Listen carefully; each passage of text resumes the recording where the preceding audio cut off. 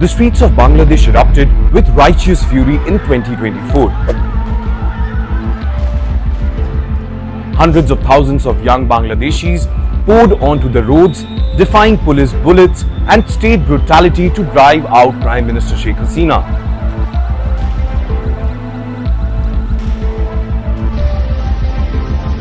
They risked everything. They bled for one singular dream, a new Bangladesh. And today, as Bangladesh stands at a precipice of parliamentary elections on February 12th, seems like that dream of new Bangladesh lies absolutely shattered.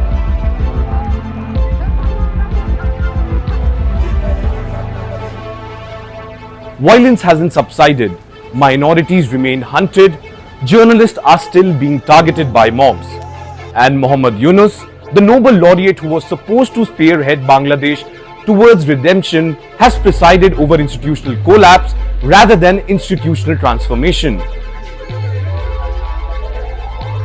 Well, it seems like 1 year into the interim government, the spirit of revolution has evaporated entirely.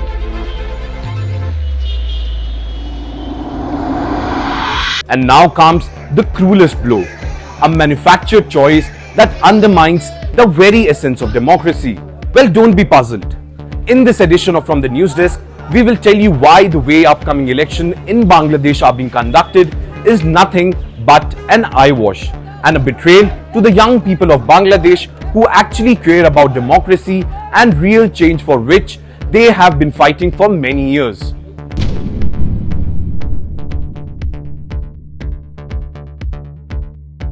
Well, democracy at its philosophical core requires one non-negotiable condition: the freedom to choose from genuinely distinct alternatives. Today, that freedom exists only in theory in Bangladesh. The elections have become a bipolar contest between BNP and 11 parties fighting together, which includes the party born from student uprising, the NCP, and Jamaat-e-Islami. First, let's talk about the newly formed National Citizen Party, or the NCP, which was designed to channelize the youth uprising into political representation and was supposed to be different from the old guard. Led by uprising figures, it promised to embody the aspirations of the Gen Z, the same generation that comprises more than a quarter of Bangladesh's 128 million voters. But the NCP took a fatal strategic misstep, entering into an alliance with Jamaat-e-Islami, the hard-line Islamist organization whose ideological rigidity and historical baggage represent precisely the kind of entrenched power structure the uprising sought to dismantle. Now, the young voters who wanted a new Bangladesh free from the baggage of the past now feel they are being forced to choose between the old guard and a student Islamist alliance. Well, what presents itself as democracy has become a hostage situation. Well, young voters face a binary prison.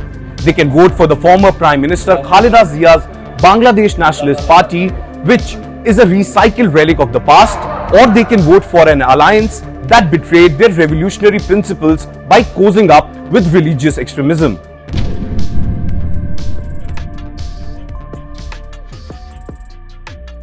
Well, the betrayal deepens when one considers what these young voters actually wanted. They didn't storm the streets for nostalgia or to invite back yesterday's failures. They wanted meaningful reforms, genuine constitutional amendments, term limits for power, a judiciary with actual independence, and most importantly, economic policies that would generate the jobs and opportunities. Instead, the interim government had delivered stagnation wrapped in institutional theatre. Yunus promised change and delivered nothing but the preservation of chaos. But there remain some pockets of resistance and hope. One such example is Dr. Tasneem Zara, who abandoned the NCP over its Islamist alliance, now contests as independent candidate, determined to build what she calls a genuine new political culture. Her defiance, spending 2 frantic days collecting 5,000 signatures for nomination, symbolizes the stubborn refusal of some Bangladeshis to accept this manufactured binary. Their courage is inspiring, but it is insufficient to counter a systematic machinery designed to constrain genuine alternatives.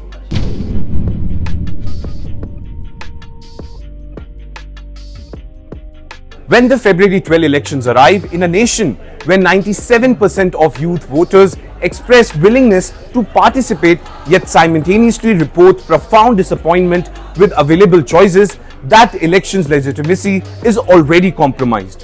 Voting will occur, a government will form, but the question haunting Bangladesh remains unanswered. Can an election engineered to eliminate genuine alternatives truly claim the authority of democracy? Well, the youth of Bangladesh sacrificed for change, but they received betrayal instead. And now, they vote not in hope, but in absolute resignation.